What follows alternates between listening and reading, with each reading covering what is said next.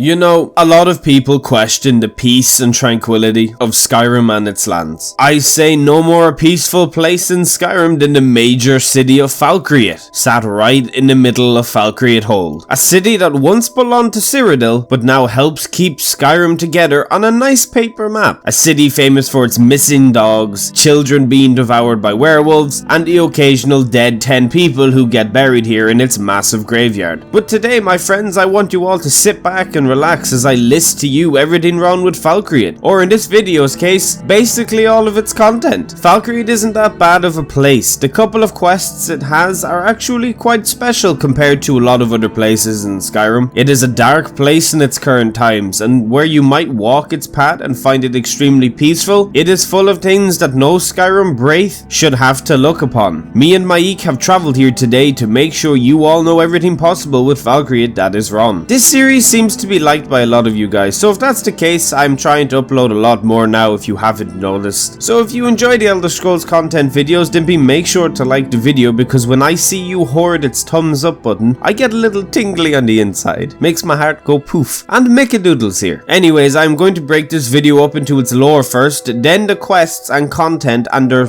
problems, and then just do a general talk thing. So buckle up, boys and gals, as we commence nitpicking mode 101 and delve into the problems that aren't actually problems, but are actually problems, but is just me being a whiny bitch.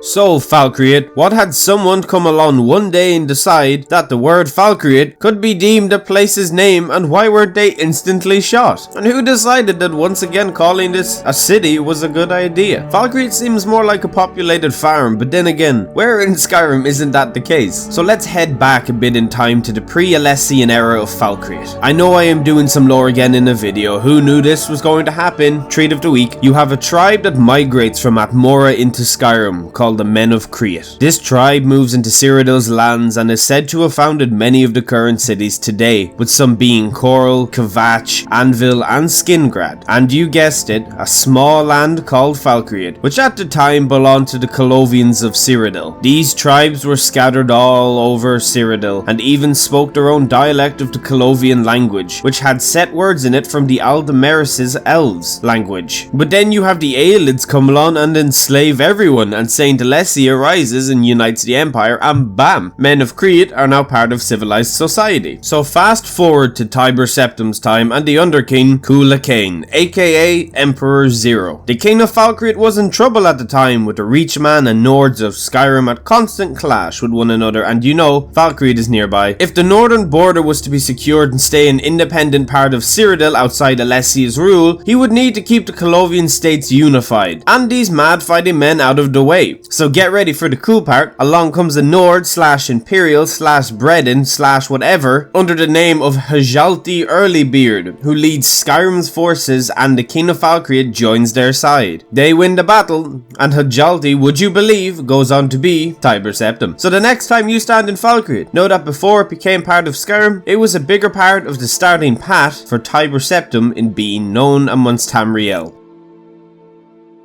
So now that storytelling time is over, we have the actual quests of Falkreath to go over. So some of these quests had some decent awards in the early to mid game of Skyrim. I crap you not. You have 2 different Daedry quests related to Falkreath alongside 1 or 2 nice items you can get in the early game. Then there is the fact that Falkreath can sell you a plot of land for Heartfire, but let's get into them, shall we? So you got 6 side quests for this place that stand out. You have the Ill Met by Moonlight quest, where a man has ripped a little girl to shreds. Playing the quest helps you to discover that the guy is a werewolf, and then you end up hunting a white stag, and it's Hircine, the Daedric prince, and you end up going to his hunting ground and make sure you save Sinding because you get the ring of Hircine. But by God, when you first get the ring, you randomly transform into a werewolf, and it's annoying, man. Completely butchers a good character if you plan on not ever having a bounty. Also, he butchered a little girl. What medieval fantasy state of mind's first thing to do is leave them alive? This doesn't make sense. There is not a hope the residents of Falkreath were okay with this. But then you have the Find a Dog Outside Falkreath quest, where you have a blacksmith pay you to find find his dog. But it turns out the dog can talk. And yeah, it's Barbas, the other half to Clavicus Vile, another Daedric prince. You have to go and clear out all the vampires in Hamer's Shame, and you get Clavicus Vile's helm, which is pretty cool, but like it's terrible. And Barbas is annoying as hell, and watching two Daedric princes fight with one another like a pair of teens kinda kills any sort of mature themes I grant the game. Then you have Hunter and Hunted, where you have to instantly heal a cripple like Jesus Christ reincarnated, and just help him clear a cave for a shitty dagger, and that's it. Then you have two quests linked together, Liberation of Skyrim and Reunification of Skyrim, which are civil war and can go drown in the Riverwood River, because I shouldn't need to explain why anything linked to the Civil War questline is bad. Oh, and you can do Thane of Falkreath and be Thane by chopping wood or something else. Dragons like to attack here a lot and kill half of the 6 people who reside in Falkreath, so good luck finding people to help when dragons start appearing.